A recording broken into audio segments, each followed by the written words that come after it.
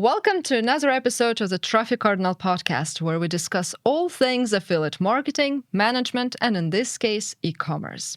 My today's guest is Carmen Muley, CEO of Paragon Social Commerce and a talented public speaker. Hi, Carmen. Nice meeting you. I would like to start with a short warm-up before a conversation filled with all sorts of insights. I know that you lived in China for approximately 7 years or something, and was this experience somehow enriching? Did it teach you anything? Do you have some kind of new me personality? And how is this new me personality somehow different from the old me personality? Actually, I went to China when I was just 21 years old. And so I spent basically all my 20s there. And I would say that my personality was still developing, especially on the business side of things. So definitely I learned a lot. Chinese people do things in a very different way if you compare it to Europe. And of course, it helped me develop a lot of patience, a lot of resilience, and just to see how people do business around the world in a different way. So actually, I loved it. It was a very, very enriching experience, as you mentioned. And my old me was a little bit more skeptical about things. Meanwhile, in China, I learned that if you don't try, you won't know. So let's go and do it. And so from there, that's the mindset. I respect that because you see, I wouldn't call myself timid, but I'm just I'm a little irresolute to ask around, you see? And if you don't ask around, you will not find out anything. Exactly. That's how it works. So if you have an idea, try it out, test it out, start with it, and then you see if it works, you continue. If it doesn't, okay, you make a little bit of changes here, some other changes there, and you'll figure it out. So there's nothing is impossible. That's the thing. That should be the title, honestly. Yeah. Honestly, I'm not kidding here. That will be the title. So, and was it difficult for you to readjust to life in Europe? Yes. Yeah, absolutely. So the thing is that, I came back to Europe in a very strange situation. I have not chosen to come back for myself. So it was actually when COVID hit, I was in Bali at the time, and it was time for me to go back to China. I could never return. Because, borders were closed, flights were canceled, all those things. So I had to make my way back to Spain. And when you get back here, you can see the differences, China is super developed in so many things. The way of thinking is different. But for example, for payments, you can just pay with your face. You can pay with a QR code. Here in Spain, you will go to some places and they'll tell you, cash, please. And you're like, so that's a really tough thing to readjust to again. And then life is also a lot slower here. People take things a lot easier, like, oh yeah, whatever, it doesn't matter. We'll do it tomorrow. And you're thinking, tomorrow? I mean, what's up with the rest Which of the day? Tomorrow exactly? Yeah, that still is a little bit complicated for me because I'm like, let's go, let's do it, this, next. Very fast, very active, proactive. And I feel sometimes Europe's a little bit slow. Well, not just Europe. Let's just say in general, the Western countries, we tend to think about things a lot more and will this work? Does this make sense? No, these things needs to be done like that. Everything is super regulated. It's just go. So yeah, it's been a thing getting readjusted to reality here. You have to slow down, obviously, and enjoy the moment. That's what they teach you. I know. I actually do. I enjoy every single thing that I do, but it is true. Sometimes it's too fast. Sometimes, 3 days from today, you ask me what I did today. Maybe I don't know. Too many things happened in between. So. You're such a spontaneous person. Sometimes. That's a good thing. I thrive in chaos. I don't know about you. It is funny that you're mentioning this. This exact week, I've been doing a challenge for myself that's called leaving chaos behind. Oh. Because actually, I thrive in chaos. I'm really good at handling chaos. If like imagine that something's burning like that, everything goes crazy, like lots of problems everywhere, and then I go like, okay, we can fix like this, like that, like that. Chaos is gone. So for me, chaos is fun. I can navigate it. I learned that in China as well. Then I was like, okay, let's organize things. Let's delete as much chaos as possible and move forward with things in a different way, just to test it out, see how I feel. And it was an interesting experience. I would not be used to that. When I need to organize things, for example, when I was in Italy, I have a friend. She lives in Rome, and she is a perfect organizer. Like, she can do everything practically. And she said, like, we go there, there, and there, and then visit this place and this museum, and we go to the Colosseum. Like, okay, but is there a little bit of chaos? I mean, we're in Italy, and yes, we go to Napoli. And I said, perfect, perfect. And she said, but you have to be prepared because Naples is, you know, it's a little chaotic. And I said, yes, that's what I'm talking about. She was a little shocked. Exactly. So the thing is that I think at the end of the day, we need to find balance, you know, like you need to have a structure. There are some things that need to be happening, but you need to be agile. You need to be able to adapt. If something happens, how are you going to navigate that if everything is planned from A to Z? Like, there are so many things that can happen in the middle, and I think that's the journey, right? That's where like things just change. So how are you gonna work with that? And I like that. It's like, this is where I am, this is where I'm going, I'm clear that I'm going here, but in the middle there's so many things that can happen, and it will be fine, we'll figure it out. So that's the thing. That's the mindset. That's the mindset. And that's very important for a founder, for an employer as well, because you have to deal with lots of things and they cannot be predicted because market is changing, the political situation is changing, everything is changing. Yeah, and also like to your own personal life, something can happen from 1 second to the next and you were not expecting it. So you need to find a way to like navigate that. So is your chaotic nature, it's your nature, or is it something that you took from China as a habit? I wouldn't be able to tell anymore, actually. I don't know. I've always been like a very organized person, very practical, very pragmatic. But there is a part of me that's also like very unorganized. But I think that's I think also it happens to many founders. We are somewhat neurodivergent, so we think like differently. We have so many things going on in our heads. We change our minds very quickly. We take action. We get like 1,000 ideas in our heads. So I think that's part of myself. Now, the way that I handle it, it maybe depends a little bit on like how I developed myself in China and the previous learnings from my like growing up here in Spain. But yeah, it's just, I would say, a mix of things. And do you actually have some probably strange habits that seem bizarre to Europeans after your years in China? In China, when you get sick, they tell you to go drink hot water. Right. Exactly. So that is how they solve everything in China. If your throat is sore, if you're like if you cannot breathe properly, if your stomach's feeling bad, they tell you go drink hot water, drink a lot of hot water. And actually, it seems funny, but it works. It works. So no medicine, no nothing. You just drink hot water, look, and a couple days after, you're fine. And I do that.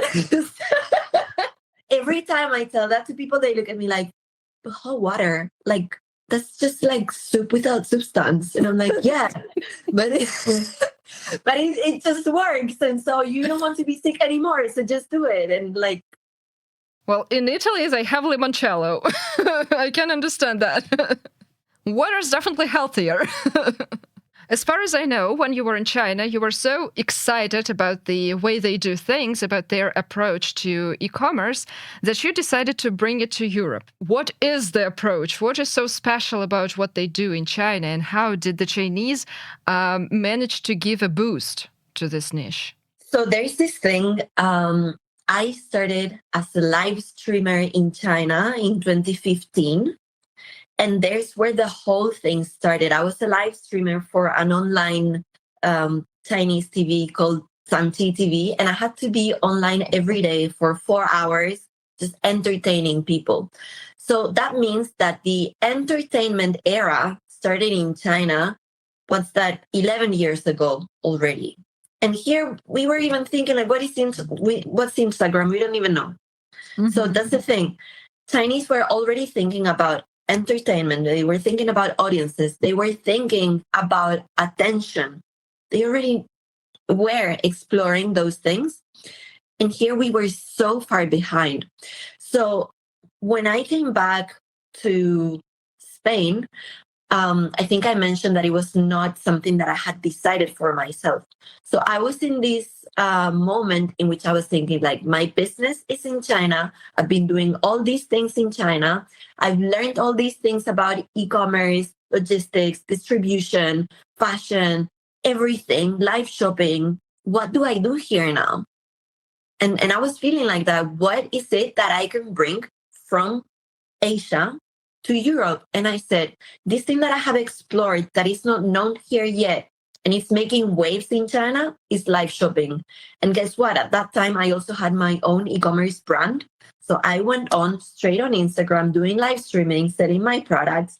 And I was already implementing what I had learned there in my own brand. And I was like, okay, I'm going to do this because this is coming. And so what happens now is that, well, as we know, we're still very far behind from China because they're already making billions and billions on live shopping. Meanwhile, in Europe and in the US, this is still a very new thing, but it's catching up. It's taking time because it's hard for people to understand that there are actually other people out there that want to watch a live stream. I think that's the first point of friction for brands, I would say, that they don't really see that there are people who have interests in these things. Something that they started doing there a long time ago. They're so far behind and it works. It's at the end of the day, a very psychological thing.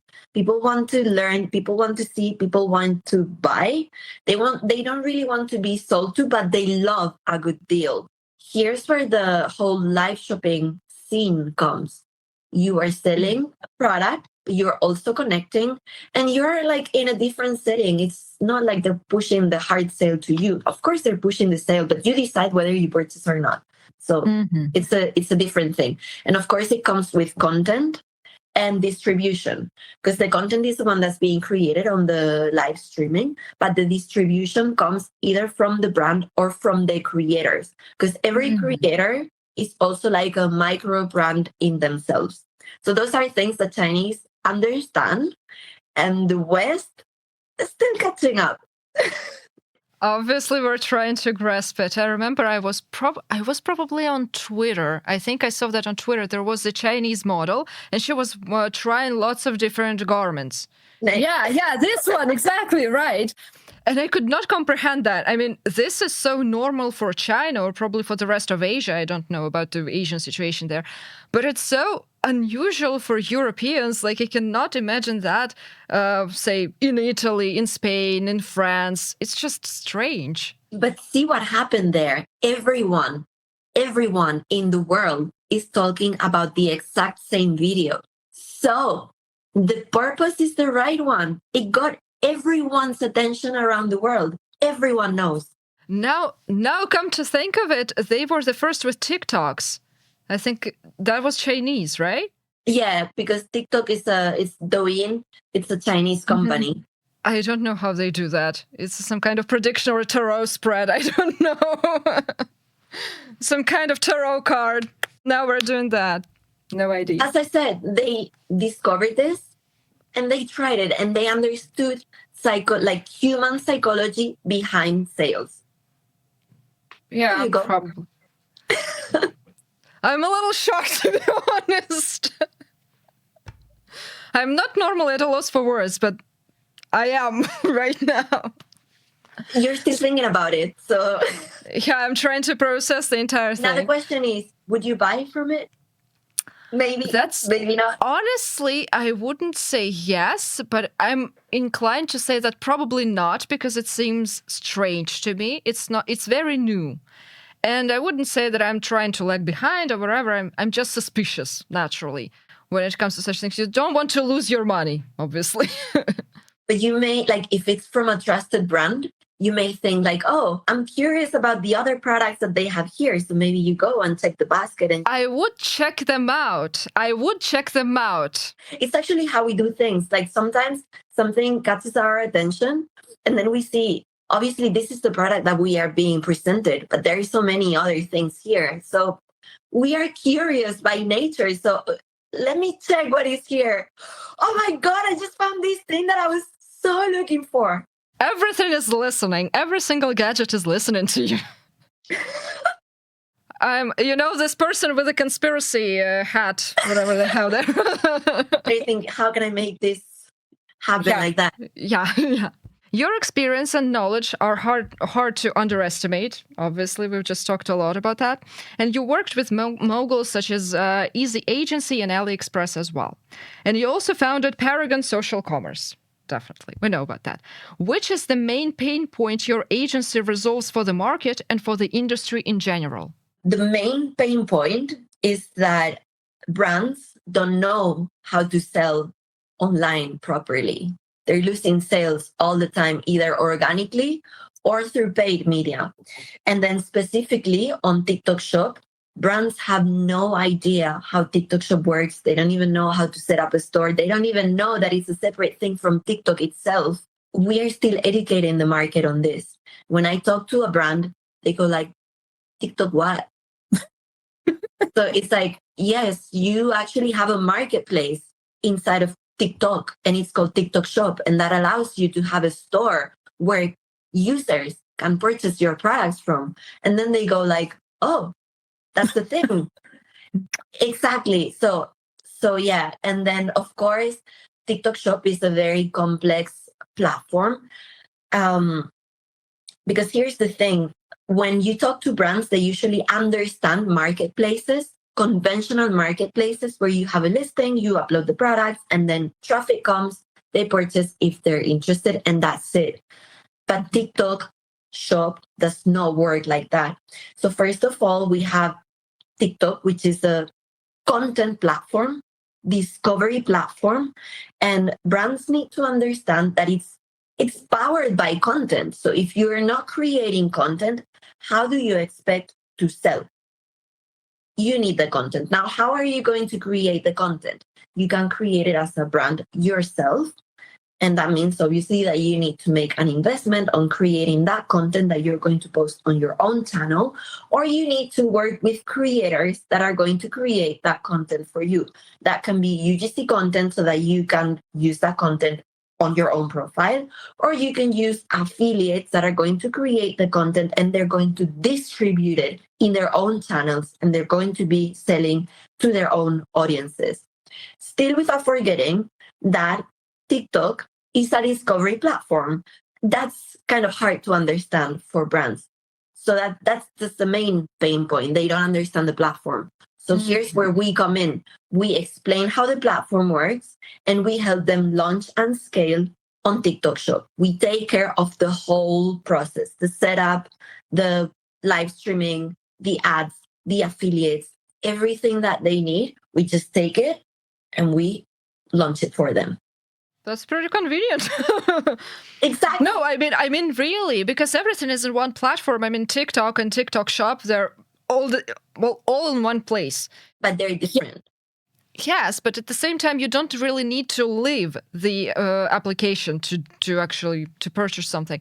And this is very convenient because you don't really have to think twice. And you don't have, as a user who is trying to buy something, you don't need to leave one platform to proceed to check out. Very impulsive way of purchasing. Also, we have seen that since it's a discovery platform and it's not a shopping platform per se, it happens also many times that consumers discover a product on TikTok Shop and then they go to other platforms to purchase, either Amazon or their brand's website, or, So we need to think, we are going to use TikTok Shop as a discovery engine that ultimately is going to help us convert, because of course, we do have the purchase button, but we are going to see sales somewhere else as well. That's so powerful. I see. And would you say that people are somehow, your clients, I mean, are they somehow suspicious of TikTok Shop? I would say they're not suspicious. Sometimes they don't understand that it's a platform that requires an initial investment. You don't get on the platform and on day one, you make it profitable. That's not going to happen. And I talk to my clients every single time before we start a project, like, hey, we're going to be investing on this consistently for the first 6 months. We're going to see results before that. We are going to see results, but the growth comes after that, because there is a lot of testing that needs to be done. There is a lot of work that needs to be done. And we need to test ads. We need to test affiliates. We need to test products, pricing. We need to test live shopping. There's so many little pieces in that same engine, and we need to make everything work. So we need time as well to put all that together and then to give it fuel so that it can actually explode. And now, from what I know, Amazon is also trying to invest in live shopping. At least this is what I've heard. How do you think? Is it possible that Amazon will catch up with TikTok Shop? So I will tell you something. Amazon actually started investing on live shopping a few years ago, and they just de-escalated it. They stopped it for a while. Now they have launched it again in the US. Not sure if they're launching as well in other European markets anytime soon, but they're still doing things. They only stopped for a short period of time, and then they reactivated.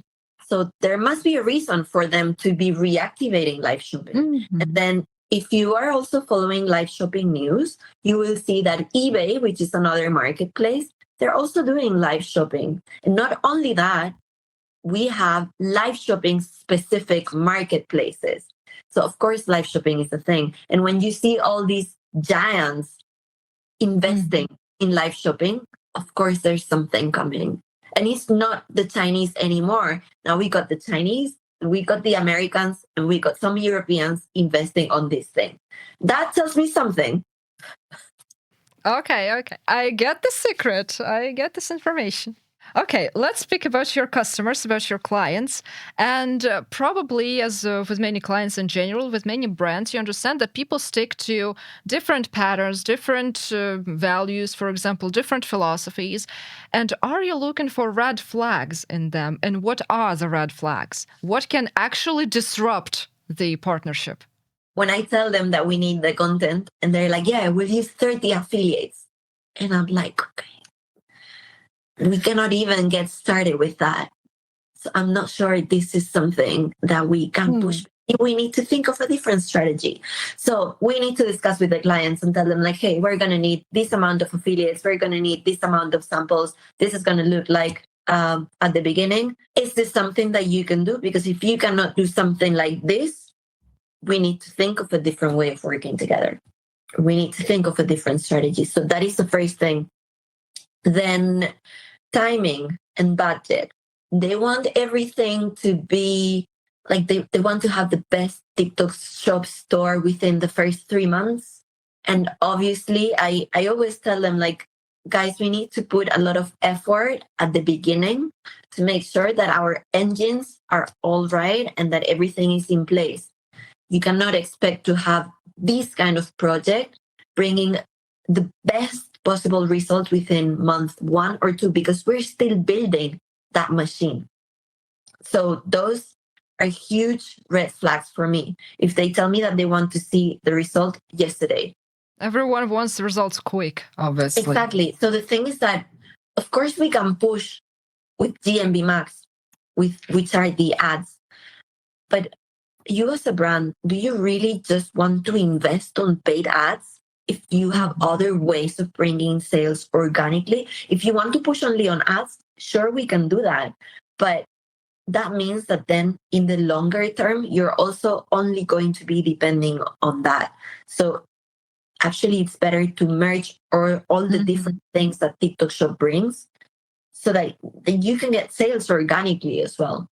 Now, a difficult question, honestly. The political situation leaves much to be desired. We'll speak about that again. And do you think that TikTok risks being banned or restricted in certain countries? And if yes, do you have any contingency plan? Actually, TikTok Shop got banned for under 24 hours in the US for a while last year. I think it was January. To me, it was a really interesting thing to see. It was just down for a few hours and it was back up. I don't think it really is going to get banned like that because it's bringing so much money to every country and it's moving so much business that it would really not make any sense. If we talk about economics, it wouldn't make any sense. Of course, it can happen. I think, for example, in some places in India, there's no access to TikTok. Not 100% sure about that. That's what I've heard from people who live there. But okay, so those countries, they haven't used it, then it's okay. It's not having any impact. But for all the other countries that are open, that are somehow doing stuff with TikTok, I think it would be a mistake. What happens here? So, for example, in Europe, we have very complex laws and very complex rules. And I think that's also what's making it a little bit harder, for example, for TikTok Shop to launch. So, as you know, they launched first in Spain only, then they launched a few other countries. Like Italy, Germany, France, and Ireland, and they will be launching new countries soon. But the thing is that for that, they need to comply with the laws from each and every country and also cross-border law. So, yeah, I don't think it's going to get banned per se, but of course, in some places, it's going to take a little bit longer and there are some issues that may arise. But yeah, like on the shopping side, I wouldn't be concerned, or on the platform itself, because of what I'm mentioning. It's bringing a lot of money to all these countries. For the US specifically, they already got to an agreement in which they sold a part of the company to the US. So I think that issue's solved and nothing to like really worry about. Let's speak about products. This is one of the most peculiar questions because I remember my own shock. A few years ago, around 2022, probably, solar panels were all the hype. I remember I was a little bewildered. Like, I was going across the expos, I feel at World or something, all promotions, adult platforms, finance platforms, whatever it is, and then suddenly solar platforms. Like, why? I cannot see the connection. But still, are there any other unusual products that are still in high demand today? It just depends on what we call unusual products. But for example, like I always talk about this example here in Spain, Danish Coca-Colas were going viral on TikTok Shop. It's just because they have a different packaging. People were buying them as if there was nothing else on earth. Like, oh my God, this is so cool. I want these Danish Coca-Colas. Fine. Solar panels were understandable. You have a perfectly fine cola in Spain, and people still like, Danish, that's the one. That's the one I've been looking for. That's how TikTok influences you. Exactly. So, I mean, that's just one example. But we are seeing that a lot, for example, on the consumer goods industry. Specifically here in Spain, we see people purchasing jamón. That's, everyone loves jamón. So that's bestseller as well. These ventilation systems, also super trending. So yeah, and then of course, anything that has to do with makeup or fashion, those are not so rare as you were asking, but those are like top seller products as well, or like AI translation, small electronic devices. Yeah. Okay, now let's speak about management. Another interesting topic, honestly, for me personally, because I like psychology and what is behind different psychological processes. So, democratic management has been in vogue for the last, 5, 7 years, something like this. And I remember a variety of trends, like a focus on loyalty, Zoomers with their strange demands, perks for employees.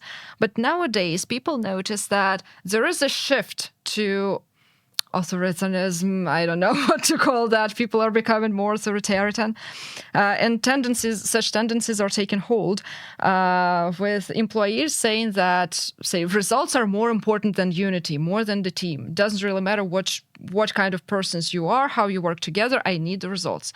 And what's your attitude to that? Is that actually the state of things now? And do you have to readjust yourself? So there's one thing that I would say is very important for me and my way of managing things. And it's that I think that my team is the most important thing in my company, because they are the ones who are actually putting in the work for things to actually happen.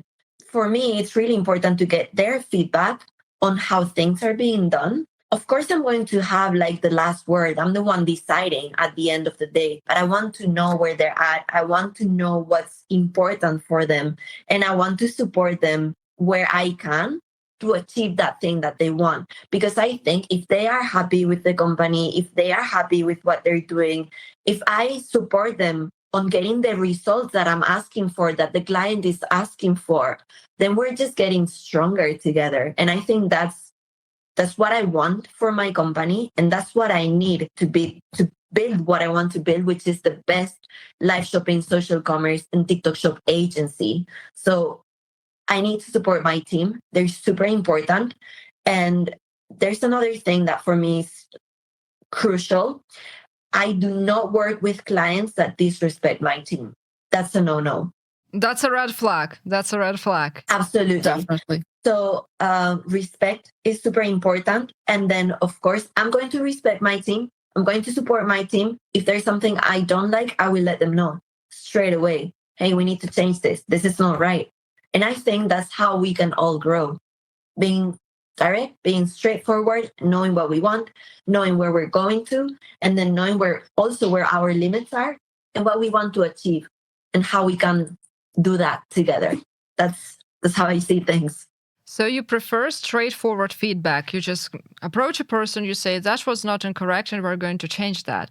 But still, at the same time, you see, it's difficult for me. I was a teacher at the university for a very short period of time, and I'm naturally friendly. It's very difficult for me to actually express a reprimand. I'm trying to be supportive and trying to be motivational, but it somehow ruptures the subordination between me and the student. How do you maintain this subordination? It is hard. I think you can feel also that I'm a very friendly person and that I like connecting with people. But there's a moment where you need to sit down, breathe, and this needs to change. So you need to communicate that, however that is. You just make sure that you do it in a way that's not hurtful. You're just straightforward. So you're supportive, but at the same time, you can be strict but supportive. Yeah. And I'm not going to point you with the finger, oh, you did this, you did that. No, hey, I found that this is happening and this needs to be fixed. How are we going to fix this? Or how are you going to fix this? Because I also want them to think. So if it's something that I need to be involved in, okay, how are we going to fix this thing? If it is something that they need to address, how are you going to fix this? So they can also think and move forward with that. But I'm in no means going to you did this, you did that. No, I think that's ugly. That's all about respect. Yeah. You got to respect people. Yeah, absolutely. And of course, I think it's not only hard for me, it's hard for everyone that has empathy, but we need to talk. We need to tell things, and we need to definitely. It's what it is. Yeah. Sometimes we don't like hard conversations. Hard conversations are the ones that move the needle. That's it. No more overthinking. And now on to speakership, because you're also a talented public speaker. I want you to talk about that. So I look up to international speakers. I look up to you because I wanted to be a speaker myself. I did so at scientific conferences, which is a little different, but nonetheless. Do you even feel nervous before you go on stage? Or are you always well, this is something routine. I'm used to that. I will tell you something. The first time, like, I am a very introverted person, even though it doesn't seem like that. In every event, in everything, you'll find me at the end in the corner, alone, not talking to anybody. That's me. Now, when I was school, I was the one that was always getting sick every time that we had to do a presentation, every time that I would I was not able to do it. It was just like something going inside of my body. Like, I don't know how to handle this. I cannot talk in front of all these people. Like, so many thoughts in my head. And then I've been mentoring myself. I think the way to actually grow and like to break patterns and things that make you feel fearful of things, you need to work on those things. So I was working with a mentor. This mentor did an in-person event. We were working in groups, and then suddenly the group decided that I was the one that had to go on stage. Imagine like all the people there, and you need to go and you need to do something that you haven't even prepared for, because it was just like, you go. I was on stage, I was shaking, I was feeling so bad. Like, I literally I feel like I want to die right now. Like, this is horrible. Because like there was so much fear within me that I couldn't do anything. But I was like, you're just gonna do it. So I went on stage. I didn't even know what I was saying or what I was talking about or whatever. I just did my 5 minute speech, or I think maybe it wasn't even 5 minutes. It was probably less, but it just felt that long. Because I was like, you don't know how stressed and shaky and like horrible. Yeah, I understand. After that, everyone was telling me, oh my God, your speech was amazing. You did this and that. And that. I could not remember a thing because Stressed, overstressed. exactly, my body was still shaking for 2 more hours after my 5 minute on stage. And then the next thought that I had was straight at the Mexico, which is a huge digital marketing conference in Germany, myself alone, 18 minutes in front of a massive audience. I think there would be maybe 500 people. And I smashed it like that. I was like, I'm going to do it. Like, that's the mindset. There are lots of people here that they want to know what I have to share. So I'm going to do my best to share what I have. Some people may know everything. It may happen, maybe not. Some people may like me. Some people may not. As long as one person in the audience take one thing from what I'm saying, that's it. I've done my job. I've added some value, and I'm here for that. I'm here to add the value. I'm here to help. So that's the way to like decrease the pressure. It's not about you. It's about how you're going to help others. And they are here. They have chosen to go listen to you. You have not put a gun on their head like, hey, you need to come listen to me. No, you have chosen to be here because you think I can add some value to you. And I so much appreciate that I'm going to give my everything to you. So that's how I think of it. And of course, every time I'm nervous, if I wouldn't be nervous, means I feel I have nothing new to share. I don't know. So I don't know. Every time there's a new audience, every time we keep progressing, every time there may be people who may know more than me even, or who think differently, like those, like that's possible. That's perfectly possible. But the thing is that, can I give you one idea today that you can take and implement in any area of your life or anything that we're talking about? Yes, then amazing. Actually, yeah, this is commendable. Like, you're really going to share something that you know. And if there is only one person who can get something new out of it, that was worth it. 100%, that was worth it. Exactly. Like, sometimes we worry too much. Like, we need to share all this amount of things. This needs to be perfect. Like, no, stick to one thing. That's enough. And then from there, just keep improving from there. But just one thing. I remember that you were among those people stuck in the Emirates. That was a very strange situation because I remember you shared some pieces of information about where you were. You were trying to share the details that you were okay, nothing too horrendous is happening. But people didn't seem pleased for some reason. You spoke about hate comments. So can you tell me what happened? And are you actually all right now? So yeah, what happened is that I was on my way to Dubai, and when I left Spain, everything was still fine. But then so my flight was from Madrid to Amman in Jordan, and then from there to Dubai. So I got on the plane in Spain, made it to Amman, and then once I got there, my flight to Dubai was like literally 1 hour later. And then we got there and they told us at the airport, like, hey, you cannot board your flight. Like the airspace in Dubai is closed now. So we were like, okay, then the airline just figured everything out for us. We just went to the hotel close to the airport. They treated us super well. They took care of us very well, and we were just there. There was no way that we could move forward with our flight because it just kept getting delayed. It just kept getting delayed, and we were not really aware of the situation or what was really happening. So I was in touch with some people who were already in Dubai and they were fine.